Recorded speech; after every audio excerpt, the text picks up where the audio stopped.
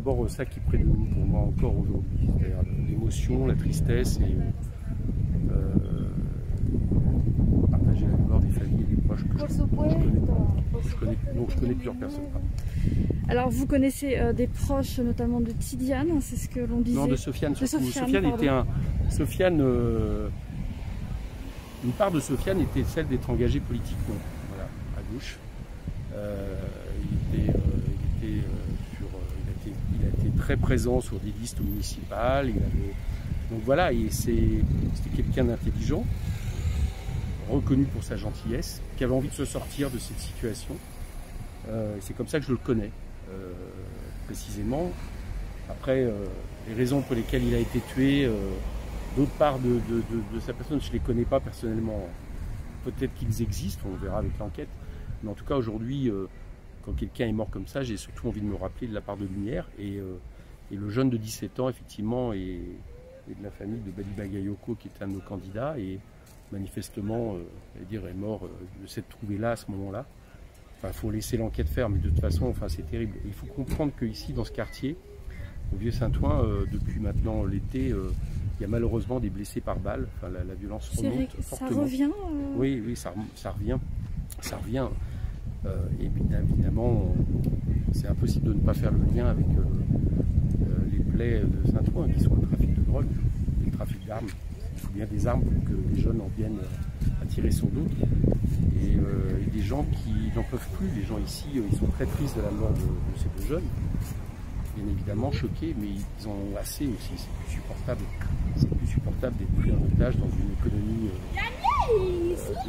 délinquante qui prend une telle importance qu'à certains moments, quand vous venez à Saint-Ouen, dans certaines cités, les gens doivent demander l'autorisation pour rentrer chez eux, dans les cages d'escalier. Donc il faut arriver à résoudre cette question, c'est plus supportable. Et on sait, voilà, aujourd'hui, ce soir, qu'il y a quand même encore une personne qui est blessée par balle, qu'il y avait 3 jeunes qui étaient dans cette situation-là, un qui a été retrouvé blessé et 2 autres qui ont été retrouvés agonisants finalement, puisqu'ils sont morts quelques minutes après l'intervention notamment des forces de l'ordre et des services de secours. On imagine la tristesse des familles. Pour vous, ça a dû être difficile depuis hier. Vous êtes au contact des familles? J'essaye d'être au contact, d'écouter les gens aussi, les familles et les proches, de dire leurs angoisses, dire aussi partager avec eux mes condoléances, c'est le moins normal. J'essaye aussi de me rendre service, par exemple, de faire en sorte que la maman de Sofiane, qui est au Maroc bloquée, puisse rentrer, parce qu'elle était bloquée par le confinement, des choses comme ça. Bon, on essaye d'essayer d'aider. J'essaye aussi d'imaginer une réunion entre la population et le préfet, pour qu'il n'y ait pas seulement entre les élus et la préfecture. Je pense qu'il y a besoin d'entendre aussi leurs paroles. Puis je sais qu'il y aura une marche blanche, j'ai cru comprendre, vendredi 25, qui est organisée par une association d'ici. D'accord. On va faire en sorte qu'il y ait beaucoup de monde pour dire plus jamais ça. Il faut mettre la pression, c'est plus supportable. Je vous assure qu'à Saint-Ouen, il y a des cités dans lesquelles c'est plus supportable. Et là, on est loin des histoires de récupération politicienne à la Darmanin. Ici, ce n'est pas des quartiers qui font d'ensauvagement, de sécession, c'est des quartiers qui veulent l'égalité républicaine, c'est-à-dire qu'on leur assure une sûreté de vie. Ça passe par le fait d'avoir des retours de police de proximité, pas des polices qui viennent de l'extérieur, qui connaissent les gens ici, qui sont capables de prévenir. Ça passe par donner des moyens aux officiers de police judiciaire pour remonter les trafics, pour enquêter.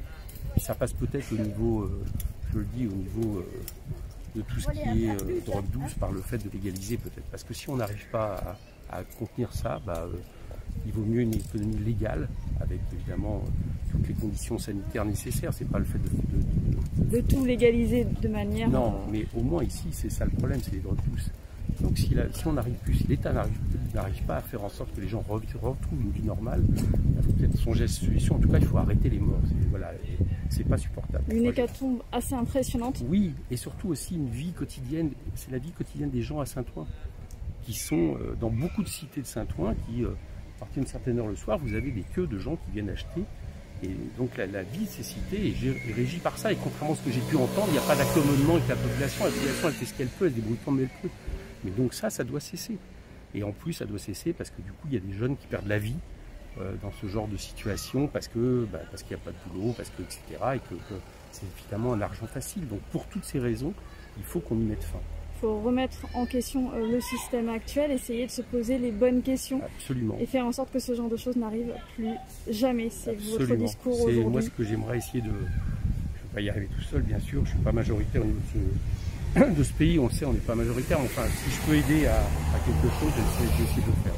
Et permettre à la police, effectivement, d'être une police de proximité à l'écoute de la Une police de population. proximité, c'est-à-dire qui connaît, vraiment, qui est capable d'aller voir un jeune de 13-14 ans, qu'est-ce que tu fais, toi tu fais ce que tes parents faisaient. Il faut aussi des médiateurs qui reviennent. Il n'y a plus de médiateurs à Saint-Ouen, depuis l'ancienne mairie. C'est-à-dire aussi, bon, il faut absolument qu'ils reviennent.